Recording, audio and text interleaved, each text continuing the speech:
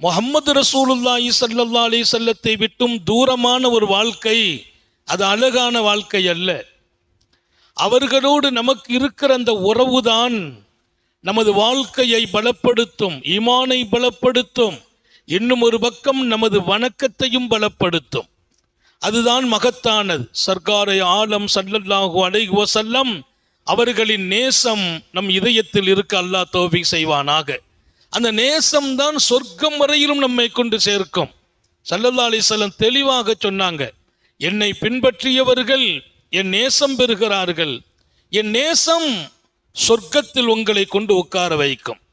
சொர்க்கத்தில் உட்கார வைக்கும்னு சொன்னா பரவாயில்ல, யார் என்னை நேசிக்கிறார்களோ கான மஇ ஃபில் ஜன்னா மன் அஹப்பனி கான மஇ ஃபில் ஜன்னா, என்னை நேசிப்பவர்கள் சொர்க்கத்தில் என்னுடனேயே இருப்பார்கள். அல்லாஹ் எல்லாருக்கும் தௌஃபீக் செய்வானாக.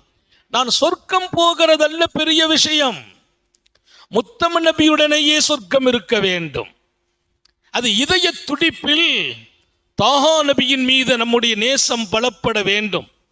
அவர்கள் கொண்டு வந்த வாழ்க்கையை ரசிக்க வேண்டும், ருசிக்க வேண்டும், வாழ வேண்டும். அவர்களை விட்டு நமது இரவுகள் இல்லை, பகல் இல்லை, உணவுகள் இல்லை, உடைகள் இல்லை.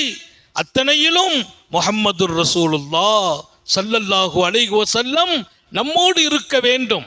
என்னுடைய இரவு ரசூலை பார்க்க வேண்டும், பகலில் ரசூலை பார்க்க வேண்டும். சஹாபிகளின் வாழ்க்கையெல்லாம் மாநபி ஸல்லல்லாஹு அலைஹி வஸல்லத்தோடு கலந்தே இருந்தது. ஒரு நடை நடப்பதாக இருந்தாலும் எப்படி முஹம்மது ரசூலுல்லாஹ் நடந்தார்கள் என்று பார்த்த அந்த பார்வை எங்கே?